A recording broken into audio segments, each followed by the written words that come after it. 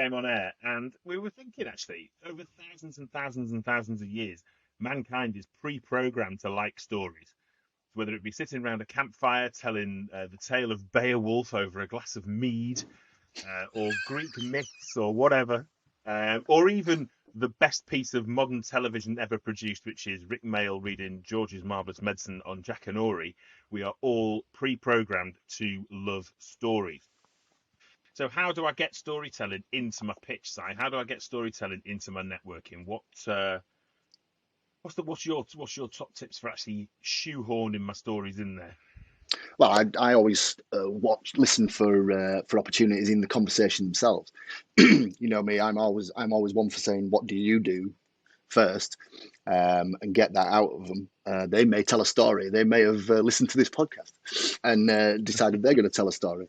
And As long as they very don't often, open like this. yeah, hello. Um, Hello. yeah, listen for opportunities to drop your story in. If there's a shared element, you know, they performed a particular task, and you can, oh yeah, we've done that as well, or we looked at something from a particular angle that's similar to that. Um, Other than that, you need to try and bring in your own story when you see the opportunity, or when you create an opportunity.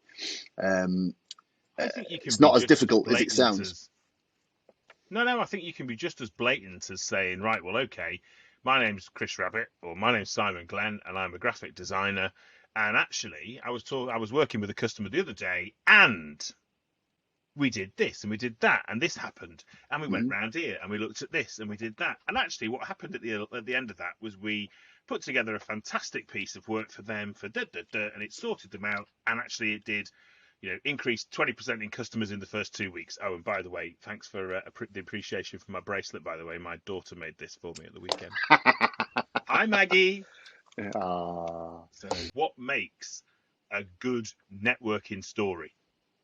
Well, it has to have a problem, a solution, and a kind of results. You know, the A effect carry at through, the end, yeah. which is what most books do. What every story does. It starts with a situation, usually some form of drama. Um, there's the all the action in the middle, all the interesting bit, and then there's ever happily ever after bit at the end. So that's what you're trying to get into a portion of time, around 30 seconds tops. If you're putting it into an organized networking pitch, 60 seconds or whatever, you can be a lot more verbose in it if you are, face-to-face networking at an event or whatever. But if you can fit problem, solution, and result into 30 seconds, which everybody can, by the way, don't say no, you can't, because you can. Oh, hello, I've dropped an headphone. Oh, hold on a second. Random earpod malfunction. Back. There we go. Are you back in the room? My ears are obviously getting bigger. I thought that's what happens when you get old. Your ears get bigger, don't they? I think as well, it's important that those out there that are saying, "Oh well, I'm not a very good storyteller. I can't tell stories. I can't tell jokes." Well, frankly, everyone can put what they do into a story, and it doesn't need to be, a Shakespearean monologue. It doesn't need to be something that's going to, get you winning a BAFTA or a Tony Award. It just needs to be a narrative. It needs to tell a tale of events. So you can literally be as dry as this. Hmm. Okay. So I was working with an insert company here. They had a problem that looked like insert problem here. Having looked at that problem through my lens of an expert in insert job title here, we came up with a solution that looked like insert solution here. What that meant for the business was insert outcome here, and we all went out for drinks and patted each other on the back because we're all bloody marvelous. And that is it. Can be as simple as that. So if you're feeling like I can't tell stories, or I can't do this, or I can't do that, just follow that I think there's a. template and you'll be fine. I'm going to say I think there's a word template there somewhere. Just write it down. Funny. there's a download. If you go to www.meow.com and look in our Meow University section, you'll find all those wonderful tools to help you be a better networker. So go check those out. And it's very important, very, very, very important that you do exactly what you just did there. And there was no jargon. There was no explanation of how what you do works, because that's where you get into give a shit territory. And that's where the story starts to disintegrate. Yeah, do not use TWAs or 3-word acronyms. Otherwise, you'll end up sounding like a TWAT. Exactly. And never use the word obviously either. That's a bugbear of mine. And obviously, nothing's obvious. Stop.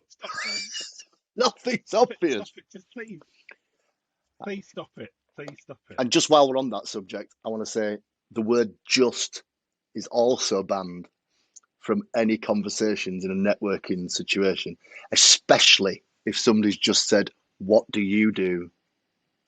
And you start a sentence with "I just," or "I'm just," even worse, "I'm just."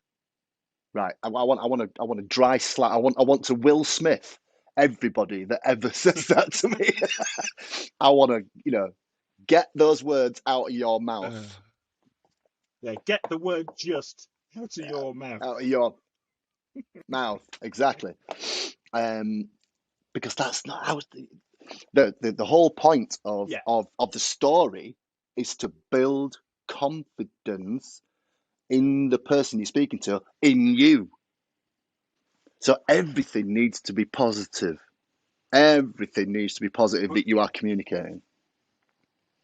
But this is why stories are really, really useful. Mm-hmm. Is that if you say to somebody, "Hello, I'm a chartered accountant, and I'm the best chartered accountant in the entire world. Nobody's better than me, and I can understand your business better than anyone else." And people will rightly think you're an arse. Well, they won't remember you. They won't remember you. That's what they won't. Quite. And they will also think you're an arse. Mm-hmm. What a story does is sort of almost disassociates your self-praise from yourself. And that's one of the reasons why I think it's really important. Can you just say that sentence again? Because I got a little bit of wood there. Go on. Storytelling disassociates your self-praise from yourself. So it allows you to talk about how great you are in a way that's removed from base, self-promotion. You mean your style of networking? Well, absolutely, But then again, if you have the skills. Yeah. So there's all sorts of reasons why stories are a bloody good idea. But what you have to understand and what you have to learn to do as well is something that Simon and I find extraordinarily difficult, which is knowing when to stop. We've just been talking about what makes good stories. So why is it important to stop, or to make sure that you stop at the right time? Well, everything we've said so far has led to a stop, in the story at least, in that it needs to be succinct. It needs to be short enough to remember from the first telling. So if you ramble, the longer it gets, the less memorable it gets.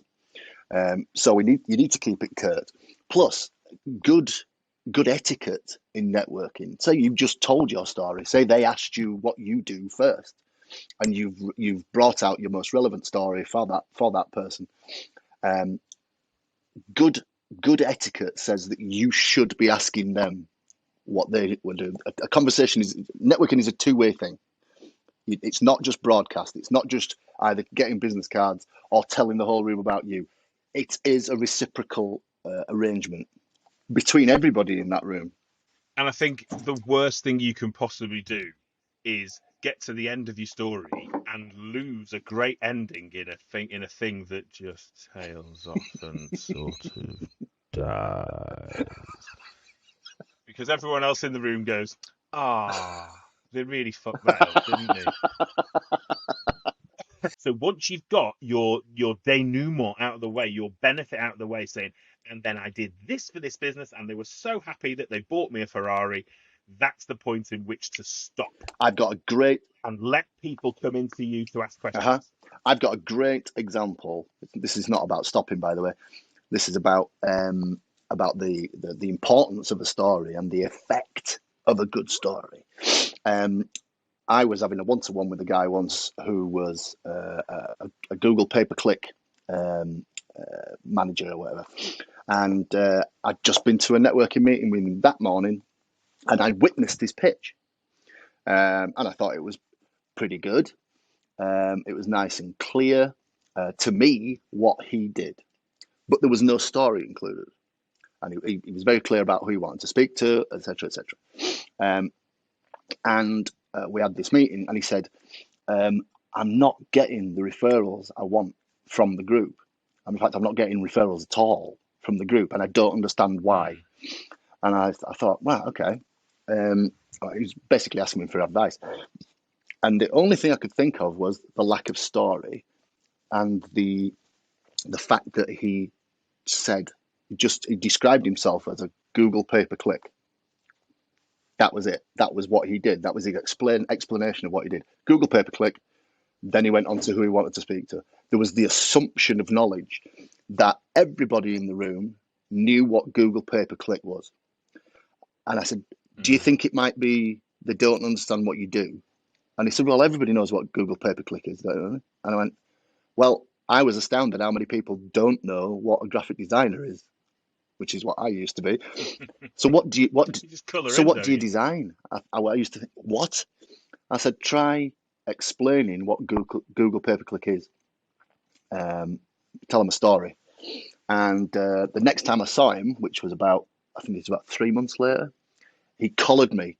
It was unbelievable. He went, do you know what happened when I explained what Google pay-per-click is? The referrals started pouring in. He'd taken on 3 staff in that 3-month period to cope with the bloody referrals, because all it was, there was nobody in that room understood what Google pay-per-click was. Something as simple as that, and the story cured that. That's the power of storytelling, everyone. And as we said on our last point, know when to stop is important. So we're going to say thank you very much for listening. You've been a wonderful audience. We hope you found us a wonderful set of presenters. But hey, we'll know that when the next one comes out, and we'll see how many of you follow us to that. So take care. Thanks for listening. We'll see you soon.